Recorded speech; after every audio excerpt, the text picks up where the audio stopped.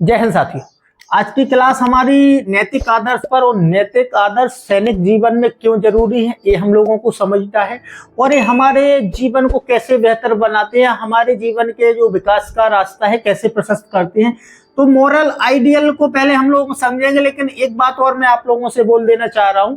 मैंने एक पिछली क्लास आप लोगों के लिए थी बिम्स्टेक की जो सम्मेलन, वैश्विक सम्मेलन पढ़ाए थे, उसमें से हमारे मोदी जी 2 दिन की थाईलैंड की राजधानी बैंकॉक चले गए हैं। 2 दिन की वहां यात्रा है उनकी और वहां पर बिम्स्टेक सम्मेलन में शिरकत करेंगे। तो इसको बहुत अच्छी तरह से अब आप लोगों को समझ लेना है और क्या क्या वहां गतिविधियां हो रही है, क्या किससे मिल रहे हैं, कौन से प्रधानमंत्री से, कौन कौन से देश के प्रधानमंत्री वहां पहुंचे हैं या कोई राष्ट्र प्रमुख पहुंचा है, ये विशेष तौर पर आप लोगों को पढ़ लेना है। मैंने बोला था जो भी मैं क्लास लूंगा बेसिक प्लस करंट को लेकर चलूंगा, लेकिन जो नई नई घटनाएं हैं फिर आप लोगों को उस तरीके से जोड़ना शुरू कर देना है।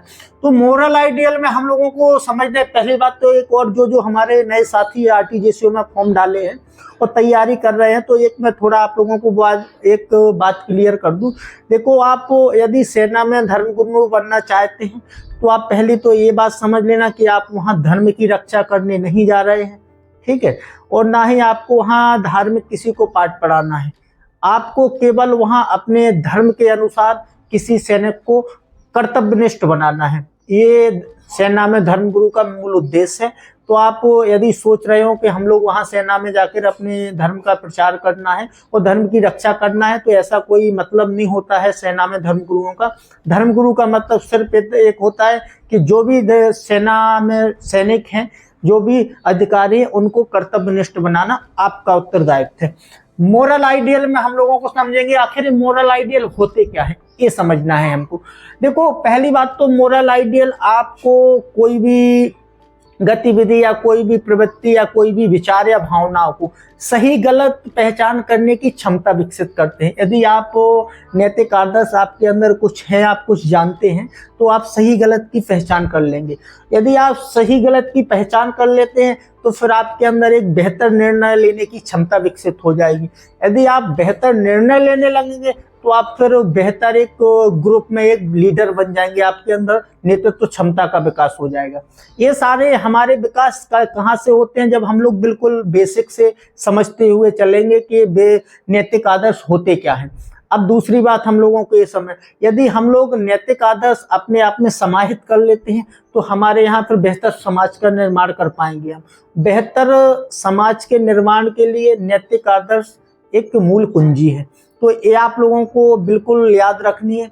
और नैतिक आदर्श केवल आप लोगों को पढ़ाई तक सीमित नहीं रखना है, अपने जीवन में भी समाहित करना है। फिर देखना आपको जो मानसिक सुख की प्राप्ति होती है और जो आप इस हमारे देश में जो भी घटनाएं हो रही हैं, जो भी अभी वर्तमान में जितने भी सांप्रदायिकता वाली बातें चल रही हैं, इनको आप फिर कैसे नजरिए से देखेंगे। अभी वर्तमान में एक फिर से मेरे कॉल आया था कि सर दोबारा से वक्फ बोर्ड पर एक क्लास ले लो, आखिर क्या उसका नुकसान है, क्या फायदा है। तो मैंने उस अपने साथी से बोला कि देखना, कोई भी कानून जब कोई सरकार लेके आती है तो उसका तात्कालिक उसका राजनीतिक हित होता है।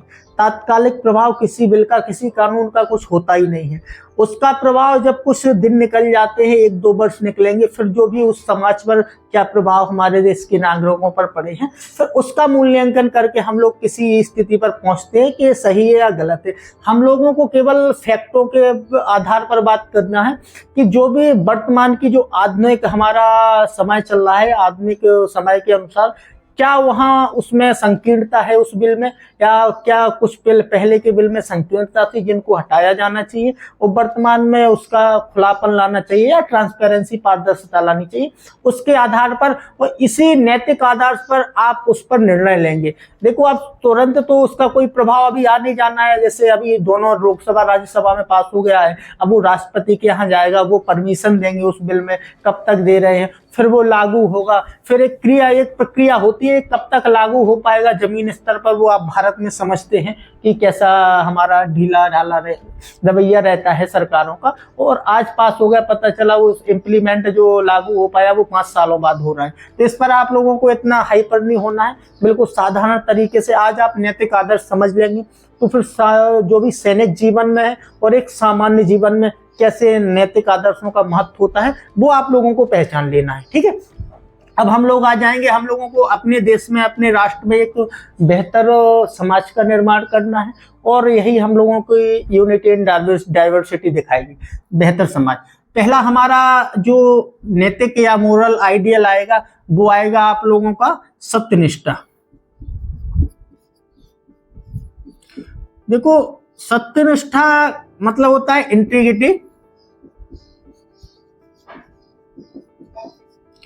ये सत्यनिष्ठा, आपको सत्यता या सत्य विचारों का पालन करना है, ये तो सही है, सत्य के रास्ते पर भी चलना है। ऐसा नहीं आप लोग समझ लेना, या इसका ये मतलब नहीं होता है सत्यनिष्ठा का कि आप रास्ता कोई भी निकल लेंगे, चाहे गलत हो सही हो, अंततः उसका परिणाम अच्छा होना चाहिए। तो ऐसी सत्यनिष्ठा आपके जीवन में कोई अच्छे बदलाव नहीं लाएगी, अंततः आपको नकारात्मक रास्ता तक ही ले जाएगी। और ऐसे ही मूल्य, जब आपका इंटरव्यू होता है वहां इन्हीं मूल्यों के आधार पर या केंद्र में रखकर आपसे प्रश्न किया जाता है, वो उसी स्थिति को आप पहचान नहीं पाते कि हम लोगों को कौन से मूल चेक कर रहे हैं। तो आप लोगों को ईमानदारी से, जो भी मैं क्लास लिया करूं साइको की, तो वो विशेष तौर पर अच्छी तरह से सुनना है, समझना है कि आखिर मैं ले क्यों रहा हूं। देखो, सत्यनिष्ठा का जो आप लोगों को मैंने बताया है, ये आपको सत्य बोलना है और सत्य के रास्ते पर चलना है, तो सत्य का पालन भी करना है, तब आप माने जाएंगे कि आपके अंदर कोई एक सत्यनिष्ठा वाला नैतिक आदर्श है। ठीक है। दूसरा हमारा होगा न्याय, जस्टिस। देखो, न्याय का मतलब होता है कि आप किसी के साथ कोई ऐसा दुर्व्यवहार नहीं करेंगे, सभी का आप सम्मान करेंगे। तो आपके जीवन में कोई भी ऐसी घटना है, मान लो आप किसी विशेष धर्म से हो, किसी अन्य धर्म के लोगों के साथ यदि दुर्व्यवहार करते हैं और उनके धर्म का सम्मान नहीं करते हैं, तो आप समझ लेना नैतिक आदर्श, आप न्याय से बहुत दूर है। और इसी चीज का वहां पर परीक्षण करना होता है। सैनिकों में आप यदि धर्मगुरु हैं तो धर्मगुरु में विशेष तौर पर इन नैतिक आदर्शों की जांच होती है, परीक्षण होता है। यदि इन परीक्षणों में आप सफलता प्राप्त कर लेते हैं तो आप धर्मगुरु बन जाएंगे। इस बार जो इंटरव्यू में बदलाव हुआ है वो केवल इसी आधार पर कई हमारे साथी नहीं समझ पाए थे कि ये एकदम से साइकोलॉजी वाला, एक मुझे पता बाद में चला कि एक स्पेशल जो मैम आती थी वो फ्लाइट से दिल्ली से आती थी। फिर वहां पर ऐसे कई अभी ट्रेनिंगों में भी चल रहा है कि विशेष तौर पर साइकोलॉजी पर विशेष आप लोगों का ध्यान आकर्षित करवाया जा रहा है, तो आपके मूल्य चेक किए जा रहे हैं। तो यहीं से यदि चीजें आपकी हैं तो आप बेहतर समझ विकसित कर पाएगा इन सब चीजों। अब आपको आना है ईमानदारी। आप कितने हॉनेस्ट हैं।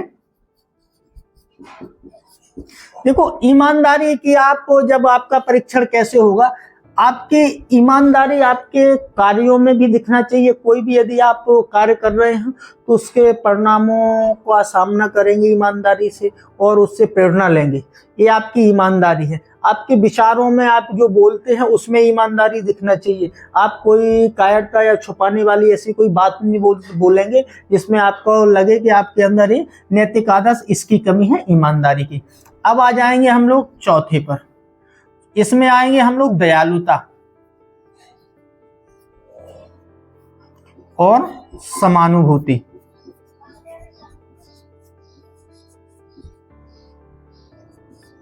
देखो, आपको काइंडनेस एंड सिंपैथी,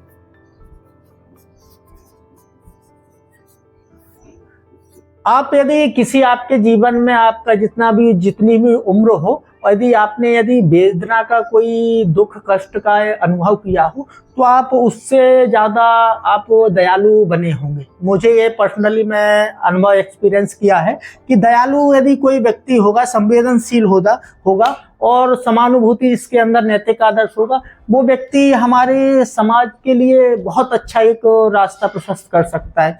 यदि आप दयालु हैं तो दयालु में एक बात और होती है कि आप दूसरे लोगों को भी एक मार्गदर्शन के तौर पर एक आइडियल होते हैं, एक आदर्श होते हैं। कि जैसे मेरे अंदर मैंने सारी चीजें मैं जानता हूं और एक मैं अच्छा व्यवहार करता हूं। मेरे घर पे ही आप मान लो कि मेरी एक बच्ची है, तो वो अभी लगभग 1 वर्ष और 3 महीने की हुई है। तो वो जैसे ही मैं आप लोगों को क्लास देता हूँ पढ़ाना, वो देखती है, तो वो अभी 15 महीने में अच्छी तरह बच्चे चलना भी नहीं सीख पाते, लेकिन वो मेरा ये मार्कर उठा के और ये डस्टर उठा के यहाँ लिखती है, जो भी ये चलाती है फिर उसको मिटाती है देखती। तो यही आप लोगों की समानुभूति और दयालुता संस्कार यहीं से आते हैं। यदि आप अच्छे आवरण में रह रहे हैं, अच्छे आवरण में बातचीत अपना जो भी समाज में आप हैं वहाँ, तो आप ये वाले नैतिक आदर्श दयालुता और समानुभूति के अपने आप उत्पन्न हो जाती है, कोई अलग से लाना नहीं पड़ते। लेकिन आपको आत्मानुभूति करना पड़ती है इन चीज़ों की, और जैसे ही आप परिस्थितियों में इन चीज़ों को अवलोकन करते हैं, अनुभूति कर लेते हैं, तो उसमें मुझे लगता है कि फिर आप दूसरों के दुख दर्द और ये सारी वेदनाएं सब समझने लगेंगे। ठीक है, अब आते हैं हम अगले पर। ये हम लोग लगभग 6 से 7 आइडियल, हमारे जो मोरल आइडियल है, इनको समझना है। एक आते हैं हम लोग आत्मनियंत्रण। देखो, आत्मनियंत्रण एक आप लोग शब्द समझते होंगे, साधारण में आपने बहुत सुना होगा, सेल्फ कंट्रोल। देखो, सेल्फ कंट्रोल का मतलब होता है कि आपको किस चीज में नियंत्रण करना है। पहले तो आप भावनाओं पर, ठीक है, और दूसरा आपको जो कंट्रोल करना है वो करना है इच्छाओं पर। आप यदि धर्मगुरु दूसरे को रास्ता दिखाने, एक अच्छा नैतिक रास्ता किसी को पथ प्रदर्शन करने जा रहे हैं, तो आप पहले स्वयं आपके अंदर आत्मनियंत्रण का एक वैल्यू हो। तो आत्मनियंत्रण में सबसे पहले आपको इच्छाओं पर और भावनाओं पर, यदि आप इस पर कंट्रोल कर पाएंगे ना, तो इससे अपराध की कमी होती है। अब आप बोलेंगे कैसे अपराध की कमी? जैसे आप लोगों को इसलिए आत्मनियंत्रण सेना में विशेष तौर पर आप लोगों के अंदर चेक किया जाता है, यदि आप वहां, आपको मोटिवेट करने का काम तो है ही सैनिकों को। देखो क्या काम है अंदर, वो आप लोग यथास्थिति सच्चाई जानते हैं। अभी एक लेटर अभी लीक हुआ है किसी विशेष धर्मगुरु ने, और अपने ऊपर जो भी उनके साथ दुर्व्यवहार किया जा रहा है और जो भी और समस्याएं हैं, तो उन्होंने एक लेटर शिकायत की है कि जो धर्मगुरु का पद है उसके अनुसार उनके साथ व्यवहार नहीं किया जाता है। तो आप लोग भी सच्चाई जानते हैं कि केवल पद धर्मगुरु का है, बाकी वहां पर आपका क्या कार्य होता है, वो आपको कैसे व्यवहार करना पड़ता है, वो एक अलग चीज है। तो आप लोगों को हर उस स्थिति में ऐसा नहीं कि आप भावनाओं में बह जाएं और इमोशनली वीक होकर और फिर ये सारी चीजें आपको वहां सामना करना है। मैंने एक बात बताई है कि आपके अंदर वही साहस होना चाहिए और एक बदलने की प्रकृति, परिवर्तनकारी प्रकृति आपके अंदर होगी। आप अपने आप को हर जगह किसी भी स्थिति में रख के और शुरू कर देंगे अपना कार्य। वहां आप लोगों को कोई असहजता महसूस नहीं होगी। यदि आप इमोशनली वीक होंगे तो ऐसी असहजता आपको महसूस होनी है। और सेना में देखो, वहां सम्मान केवल है आपसे उच्च अधिकारियों का, और सम्मान का मतलब यह है कि आप कर्तव्यनिष्ठ रहेंगे, कहीं से कोई ऐसा दुर्व्यवहार नहीं करेंगे जिससे आपकी सेना की, अपने देश की छवि और उसमें धूमिल पड़ जाए। अब तीसरा और पांचवा ये है, छठवां आ जाएंगे हम लोग उत्तरदायित्व।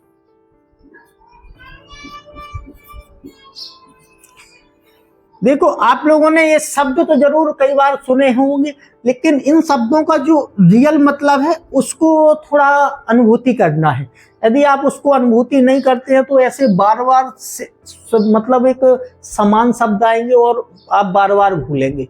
यदि आप लोग इनको व्यवहारिक जीवन में उतारते हैं, अपने आचरणों में लाते हैं, और देखो आप कई लोग हमारे साथी कर्मकांड करवाते होंगे, तो आप लोगों को उन जो अपने यजमानों में हैं इनमें भी ऐसे आचरण प्रशस्त करना है जिसमें इन्हीं सारी चीज़ों से आपका बेहतर राष्ट्र का निर्माण होगा। और बेहतर राष्ट्र के लिए, आपको निर्माण के लिए, बेहतर हमारे राष्ट्र में शांति रहे और सुरक्षा की दृष्टि से आपको ये भाव लाना बहुत जरूरी है। यदि ये सारी चीज़ें नहीं होगी और केवल आपको हवाई बातें, लफाजी में पड़े रहेंगे कि हम लोग बेहतर राष्ट्र का निर्माण कर लेंगे, तो ऐसा कुछ होता नहीं है। आपको जमीनी स्तर पर आकर सोचना पड़ेगा।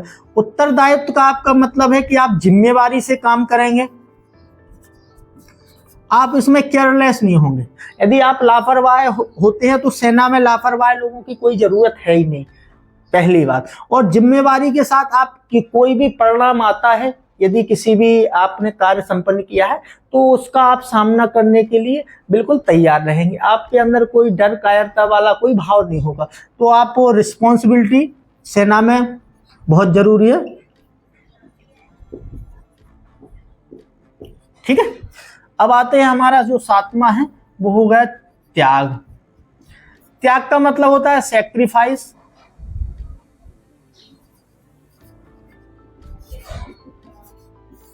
देखो, त्याग का मतलब होता है आपको अपने स्वार्थ के बिना कोई दूसरे की भलाई के लिए ऐसा कार्य करते हैं जो दूसरे आपके समाज के, आपके पड़ोस के लोगों को लाभकारी हो या हितकारी हो।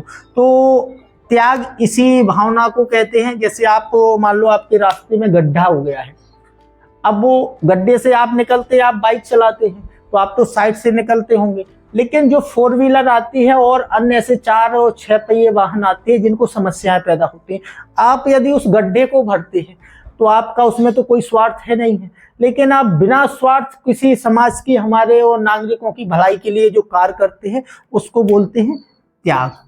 ठीक है, अब आ जाते हैं हम लोग अगला पॉइंट, बस एक और बचा है हमारा।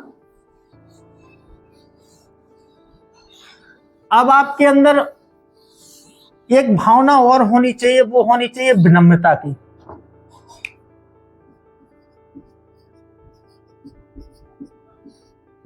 पॉलिटनेस।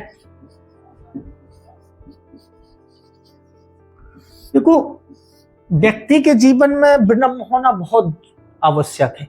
यदि आपके अंदर विनम्रता का गुण नहीं है, तो आप ज्यादा आवेश में, आक्रोश में रहते हैं, तो आप जगह जगह आपको एक नकारात्मक कई कार्यों में परिणाम मिलेगा। चाहे आप जैसे ही आप विनम्र होते हैं और कोई अच्छी अच्छी चीजें आप साथ करने लगते हैं, वैसे ही आपके जीवन में बदलाव आना शुरू हो जाएगा। ये कई लोगों ने जो भी काफी समय से हमारे जो ग्राउंड पर पंडित कर्म करवाते होंगे, जो भी कर्मकांड संबंध, उनको ये भली भांति वो इस बात से परिचित हुए। तो इसमें आप लोगों को सबसे पहले तो दूसरों का सम्मान करना सीखना है। और देखो, सम्मान केवल दिखावा वाला सम्मान नहीं होता है। सेना में ऐसी कई जगह चीजें होती हैं कि एक रूल चलता है वहां कि ना किसी को कहना नहीं है और काम कुछ करना नहीं है। तो ऐसी चीजें जरूर चलती है हमारे भारतीय सेना में, लेकिन उससे नहीं है। आपको ईमानदारी से, आपके अंदर से लगे कि आप ईमानदारी से, भावनाओं से और आप अपने जो आचरण से उससे सम्मान दे रहे हैं। केवल आप दिखावे का सम्मान दे रहे हैं तो ये हमारे सैनिक, जो नैतिक सैनिकों की नैतिक आदर्श है, इसके लिए आप फिर फिट नहीं बैठेंगे। तो आप लोगों को ईमानदारी से, और दूसरा आपको परोपकार। देखो, आपको निस्वार्थ दूसरे अपने देश के नागरिकों की, सैनिकों की निस्वार्थ भावना से सहयोग करना है। और यही यदि निस्वार्थ भावना से आप किसी का उपकार या किसी का कार्य करने लगेंगे, समझ लेना कि आप तो सकारात्मक पथ की ओर बढ़ चुके हैं। और जो भी व्यक्ति अपने जीवन में सकारात्मक पथ की ओर बढ़ने लगेगा, आपके लिए धर्मगुरु बनना एक साधारण बात हो जाएगी। तो इन सारी चीजों को आप लोगों को बहुत अच्छी तरह से समझ लेना है कि आखिर ये क्यों जरूरी है हमारे सैनिक जीवन में। वो आप धर्मगुरु बनना चाह रहे हैं तो आप धर्मगुरु का पहली बात तो जो भी हमारे साथी हैं उसका असलियत में मतलब समझ लें कि धर्मगुरु का रियल में क्या मतलब होता है, इसका अर्थ क्या है, उस सेना में ये धर्मगुरु पद क्यों रखा गया है। तो उससे आप फिर बेहतर समझ पाएंगे और उसी दिशा में आप लोग फिर अध्ययन करना शुरू कर देंगे। अब हमारा क्या क्या बदलाव हो सकते हैं, तो पहला तो जो हमारा बदलाव होगा वो बेहतर समाज या राष्ट्र निर्माण। यदि हम लोग इतने सारे नैतिक आदर्श जान लेते हैं। दूसरा, हमारे मानवता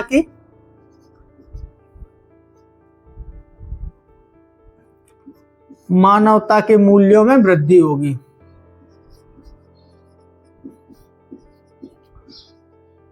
आप में जैसे दयालुता आएगी, विनम्रता आएगी, परोपकारता आएगी। आप आत्मनियंत्रण, समाज का निर्माण करेंगे जिससे अपराधों में कमी आएगी। जैसे आप समाज में नहीं, आप सैनिकों में जो भी अपराध आप लोगों ने अभी वर्तमान में देखे होंगे, तो जैसे आप हनी ट्रैप में फंसकर और अपने देश की महत्वपूर्ण सूचनाएं लीकेज करना, इसी पर केंद्र में रखकर हम लोग एग्जाम्पल ले लेते हैं। तो यदि आप आत्मनियंत्रण, आप अपनी इच्छाओं भावनाओं पर कंट्रोल करते होते तो ऐसा कुछ होता नहीं है। किसी भी सैनिक के जैसे मुझसे कोई बोल दे कि आप ऐसा कोई कार्य कर दो, जो हमारे देश के और हमारे देश के नागरिकों के हित में हो, तो मेरी जान चली जाए, लेकिन ऐसा नहीं कर सकता। चाहे वो कुछ भी, आप लोग दूर से जरूर सोच रहे होंगे कि ये हमारे गुरुजी लंबी लंबी फेंक रहे हैं और पैसे के सामने सब लोग नतमस्तक हो जाते हैं। ऐसा सबके साथ नहीं होता है। किसी के लिए पैसा सब कुछ होता है, बाकी सभी के लिए पैसा सब कुछ नहीं होता है।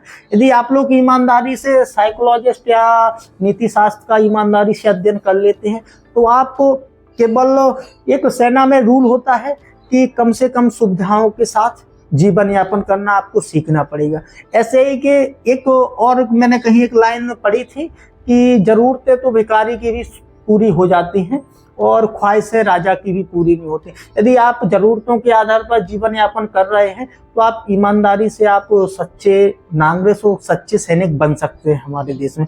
यदि आप लोगों को ये विलासितापूर्ण जीवन जीने की आदत पड़ गई हो या आदत आप बनाते जा रहे हो, तो यहाँ पर थोड़ी समस्याएं। देखो, आप कुछ जो इच्छाएं हैं उनकी तो पूर्ति, हमारी भौतिक इच्छाओं की पूर्ति तो कर सकते हैं, लेकिन जो आत्मिक या मानसिक सुख है वो प्राप्त कभी नहीं कर सकते। तो इससे सारी भौतिक सुविधाओं से ये प्राप्त नहीं होता है। ये सारी चीजें हमारे नैतिक आदर्शों से, जब आप ऐसा आचरण करने लगेंगे, ऐसा व्यवहार किसी दूसरे के साथ करने लगेंगे, फिर देखना आपको आत्मिक शांति कैसे मिलती है। अब हमारा एक आ जाएगा उत्तरदायित्व। आपको अंदर उत्तरदायित्व जरूर आ जाएगा। और एक पांचवा जो हमारे अंदर बदलाव होगा वो निर्णय। जब हम लोग किसी अच्छी बुरी चीज की पहचान करने लगेंगे, उसमें अंतर करना सीख जाएंगे, तो आप बेहतर निर्णय लेने की स्थिति में पहुंच जाएंगे। देखो, मैंने आप लोगों से बताया कि मैं फैमिली मैटर का लीगल एडवाइजर हूं, तो उसका मतलब सिर्फ यही है कि इन सारी परिस्थितियों को मैं पहले तो आप लोगों को जीवन में यदि कुछ आप बनना चाह रहे हैं, यदि सीखना चाह रहे हैं, तो उसको सुनना सीखे।